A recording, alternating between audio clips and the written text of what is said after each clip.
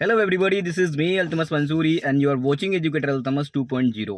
दोस्तों, आज इस वीडियो में मैं बताने वाला हूँ कुछ डाउट्स हैं यहाँ पे एस्पिरेंट्स के, ठीक है, जो कि मुझे कमेंट डाउन किए गए हैं, ठीक है, उनका मैं जवाब दे रहा हूँ। तो पहला है यहाँ पे आसिया अंसारी का, ठीक है, कि सर मैं एनसीईआरटी से पढ़ रही हूँ तो नोट्स कैसे बनाऊँ, ठीक है। फिर देखिए, लोग यहाँ पे गलती क्या करते हैं, ठीक, जैसे कोई बुक्स पढ़ते हैं और उससे फर्स्ट टाइम में क्या बनाने लगते हैं, नोट्स बनाने लगते हैं, ठीक है। और ये सबसे बड़ी गलती है भाई। एक राइटर की बुक आपके पास है, दूसरे राइटर आप खुद बन गए, जो सेम सेम चीज़ें उसमें लिखी हैं वो निकाल करके क्या कर दिया, आपने नोट्स बना लिया, है ना। आपने क्या कर लिया, नोट्स बना लिया। और एक बुक यहाँ पे तैयार थी, दूसरी बुक आपने अपने हाथ से लिख डाला, दूसरी बुक बना के फिर तैयार कर दिया। कोई मतलब नहीं निकला उसका, ठीक है। नोट्स का मतलब क्या हो गया कि आप जब पहली बार कोई चीज़ पढ़ेंगे, ठीक है, आप गो थ्रू कर जाएंगे, आपके दिमाग में बहुत सारी चीज़ें चली जाएंगी, ठीक है। जब आप दोबारा उसको पढ़ेंगे, 3 बार पढ़ेंगे, when you will go through the multiple of time from that book, from that particular point, ठीक है, जब उससे आप कई बार गो थ्रू करेंगे तब जा करके आपको रियलाइज़ होगा कि हाँ, ये चीज़ मैं भूल रहा था, ठीक है। उसको क्या करना है, अपने नोट्स में क्या कर लेना है, मेंशन कर लेना है ना। जब आप बार-बार कोई चीज़ पढ़ रहे हैं, ठीक, आपको बहुत सारी चीज़ें ऑलरेडी तब पता है, तैयार है। जो आप भूलते हैं, आपको जहाँ लगता है कि ये चीज़ मैं भूल जाऊँगा, it will be no longer in my minds, ठीक है, वो बहुत लंबे समय तक हमारे दिमाग में नहीं टिकेगा। तो वहाँ पे दोस्तों आपको क्या करना होता है, आप जाइए, ठीक है, एक बुलेट पॉइंट के फॉर्म में, ठीक है। नोट्स का मतलब क्या है कि आपको समझ में आए, आपका पढ़ा बनाया हुआ नोट्स दूसरा ना पढ़ पाए। अगर वो पढ़ पा रहा है तो इसका मतलब वो नोट्स ही नहीं है। वो आपको पता है कि आपको किस तरह से उसको दिमाग में रखना है। नोट्स का मतलब ये होता है ना कि आपके पास एक क्रंच निकल करके आ गया, क्रिप्स आ गया निकल करके। जब आप एग्ज़ाम के पहले जा रहे हैं तो आप मोटी-मोटी बुक्स पढ़ नहीं पाएँगे, है ना? अब उसको रिवाइज़ नहीं कर पाएँगे।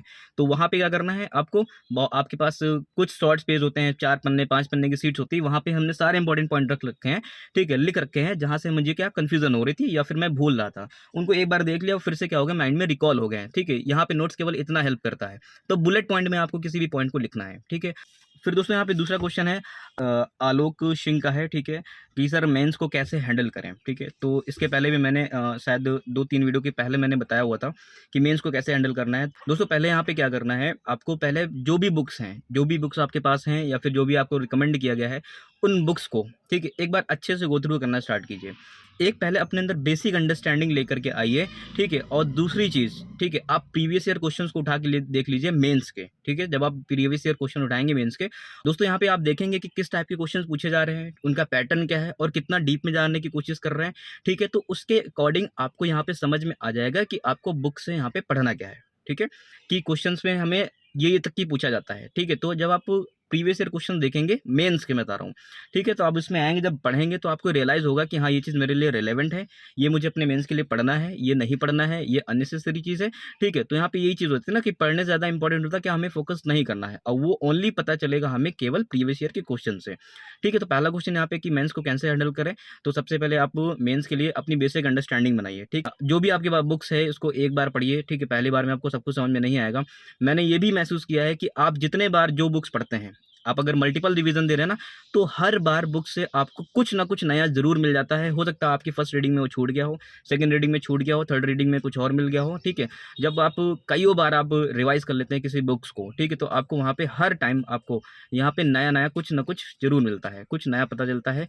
और हमारा जो सोचने का सिनेरियो और जो हमारा उस टॉपिक में सोचने का सिनेरियो होता है, वो धीरे-धीरे क्या होने लगता है, चेंज हो जाता है, ठीक है। जब हमारी मजबूती बनती है तब तब हम जाकर के कुछ लिखने के लिए कैपेबल हो पाते हैं, ठीक है। तो आपको यहाँ पे क्या करना है, मेंस के लिए कुछ ना कुछ जैसे कि आप क्लास 10th के टॉपिक्स को उठा लीजिए, ठीक है। जैसे कि आप डेमोक्रेसी को उठा लीजिए, डेमोक्रेसी के बारे में अगर पढ़ लिया या फेडरलिज्म के बारे में कुछ भी पढ़ लिया, ठीक है, तो आप इसको पढ़ करके थोड़ा-थोड़ा लाइन लिखना स्टार्ट कीजिए, ठीक है। थोड़ा उसको प्रैक्टिस पे लाना स्टार्ट कीजिए कि मैं लिखूँगा तो कैसे लिखूँगा, ठीक है। और शुरुआत में आपकी ऑब्वियस सी बात है, राइटिंग भी खराब हो सकती है, ठीक है, स्पीड नहीं बनेगी।